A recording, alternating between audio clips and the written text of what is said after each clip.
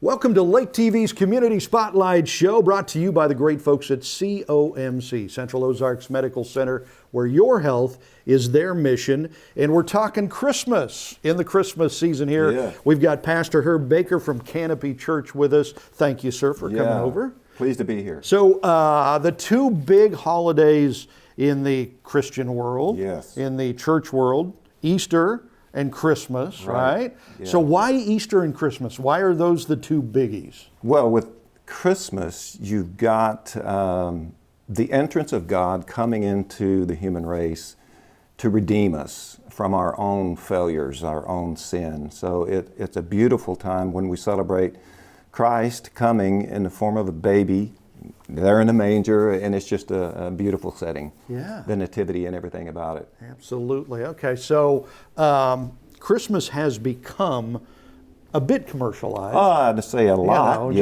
Just a tad. Right. So, the meaning of Christmas is lost sometimes.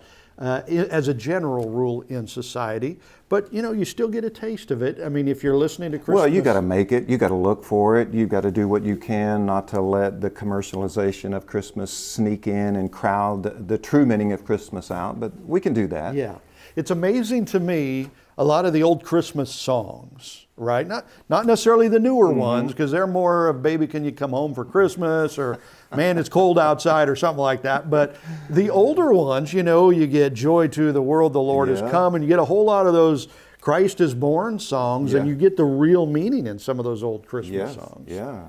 To think that God left His throne in heaven and came to inhabit the flesh of man, humanity, is just amazing, that He would humble Himself to come down to our level. But He had to in order to reach us and to meet our needs. Right. So, okay, let me get this straight. So, Jesus was born Christmas, right? It really wasn't on Christmas, but that's when it's celebrated.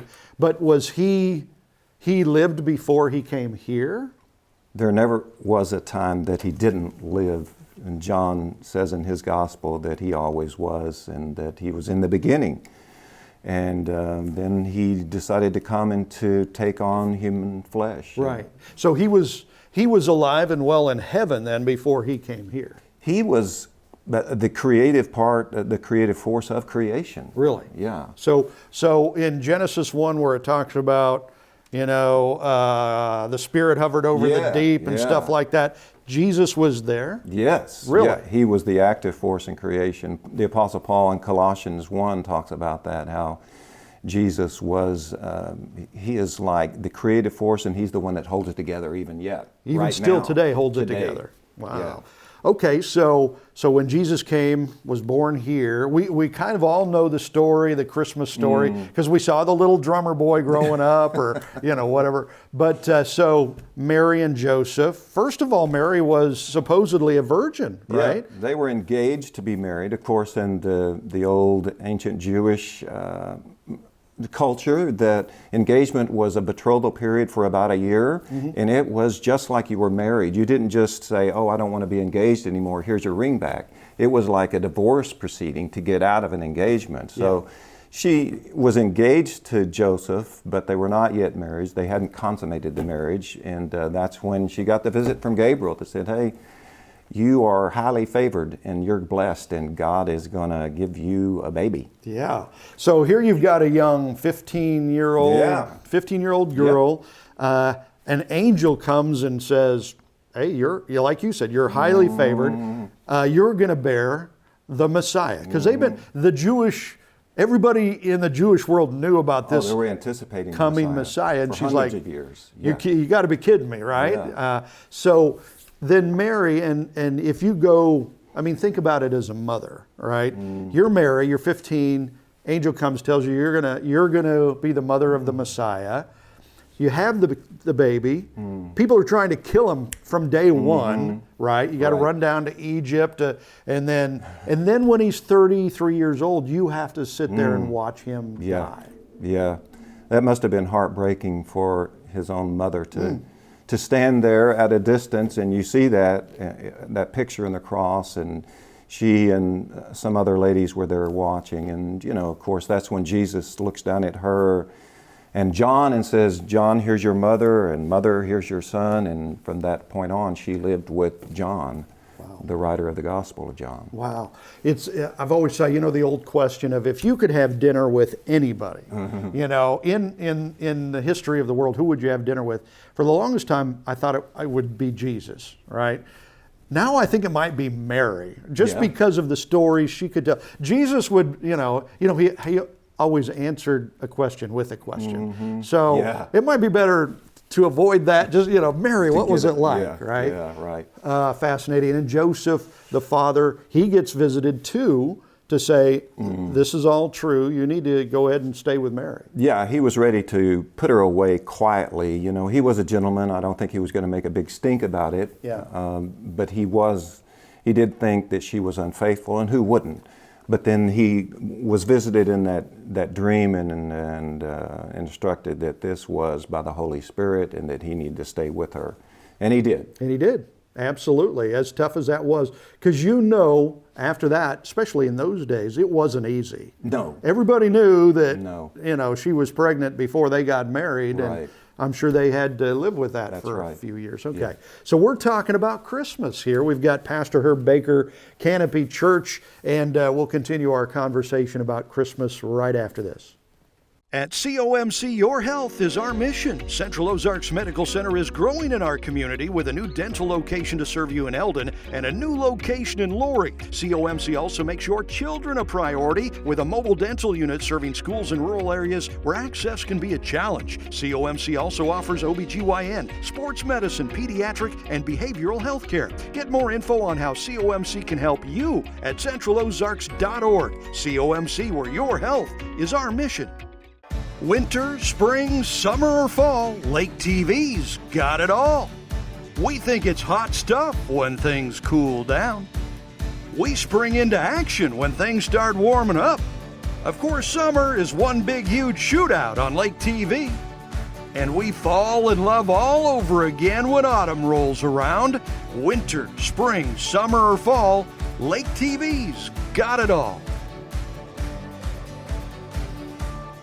Join Lake TV for a cup of coffee with Will and Chris. Enjoy local stories, local sports, taste the lake, hometown heroes, and more. Have a cup of coffee with Will and Chris, weekdays at 8:02 a.m., 1:02 and 8:02 p.m. on Lake TV. Welcome back to Lake TV's Community Spotlight Show, brought to you by the great folks at COMC, Central Ozarks Medical Center, where your health is their mission. We're talking Christmas. We're getting into the Christmas season here. And so many people forget the real meaning of Christmas. Look, more worried about presents and trips and all that stuff. But the real meaning of Christmas is the birth of Jesus. Yeah, I mean, the fact that God has given us, for God so loved the world that He gave His only begotten Son, that's the whole heart of Christmas, and that's a good example for us to follow as we think about giving to others, giving not only gifts, giving financial gifts, or helping out at the Lamb House or the homeless shelter or wherever we can serve in our community, helping other people. The great example from our God, our Creator. Absolutely. So He was in existence. We talked about this in the first segment. Jesus didn't just come about when He was born here. He actually lived in heaven in all eternity past. Yeah, absolutely. And so God asks people, He requires people, they have to have faith to believe in these things, right? And at Easter, He requires you that you have to have faith that Jesus came back from the dead. And at Christmas, He asks that you have to have faith that the Messiah could be born from a virgin, right? Yeah. But the cool thing about all this is there were, probably hundreds of prophecies about the Messiah's birth, His first coming in the Old Testament, right? Yeah. Numerous times they prophesied about Him coming, where He was going to be born, that He was going to be born of a virgin. And the Jewish culture had been anticipating this for hundreds of years. You think about 400 years of silence since the book of Malachi, the prophet Malachi. There had not been a message from heaven. There had not been a prophet. 400 years, and then all of a sudden, God breaks on the scene. You've got angels visiting a young teenage girl, visiting a gentleman in his dream. And it's just a real stir because God is doing something new. God is breaking the silence. God is coming to fulfill His promise to send that Messiah to redeem all of us from our own sinfulness. Right. So you mentioned a couple of the prophecies that were fulfilled with Jesus being born the Messiah. It had been prophesied that He would be born in Bethlehem, right? And I mean, they didn't live there. They lived up in Nazareth, but somehow they ended up in Bethlehem for Jesus' birth, the city of David. Let's see. So that was one. What were some of the other prophecies? Isaiah, talked about the kingliness of him, the prophet, the king, the Lord. I think there was a prophecy about him having to go to Egypt, which he did. I mean, it would be pretty much impossible for this to be faked, for somebody to fulfill all of these prophecies from hundreds of years before. That's not really possible, is it? Yeah, right. And then you've got the Magi, the wise guys, who come from the Far East.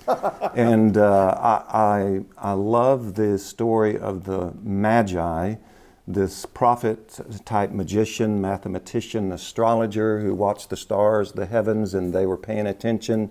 They saw something that most everybody else didn't. And they came to Israel because they saw this celestial light, whether it was a star, a comet, or just something that God put there for them to see. It drew them. They came because it was an announcement in their culture and teaching that there was a king here, a newborn king. And I think it goes back all the way to Daniel. I was going to ask about that. Daniel in Persia, because of the Nebuchadnezzar, who had taken young men, the best of nobility, from Jerusalem, transported them, deported them, and he grew up over there and grew to be the right-hand man. Well, and supposedly he started the school that was basically the school of the Magi. He was put in charge of the Magi because God was working through Daniel. God gave him the ability to see visions and to interpret visions, even those that weren't told to him by King Nebuchadnezzar. And so it finally became apparent that God was working. Isn't it amazing how, span of thousands of years, where you get these prophecies 800, 600 years before the birth of Jesus that perfectly describe the birth of Jesus, down to, the town that he was born in and the mother being the virgin and all that stuff. It is an amazing story that seems to dovetail together. From Old Testament, New Testament. It brings the old and the new together. Jesus came to fulfill the law. He didn't come to abolish the law, but he did come to fulfill the law, and that he did. Everything about the Old Testament sacrificial system, taking an animal, the blood had to be shed to cover the sin, but it was all pointing to that coming Messiah. John the Baptist identified Jesus one day, behold the Lamb of God who comes away to take away the sins of the world. And so that's what Jesus had come to do. And he did. Yes. Absolutely. Okay. So it's the Christmas season. If somebody is looking, to go to church on Christmas, I'm guessing Canopy Church, you've got Christmas stuff going on over there, right? Yeah, we have a lot of activities around Christmas. Probably the most well-attended is our Christmas Eve candlelight communion. Okay. It's a full house every year, and it's a really quaint, beautiful time, very simple.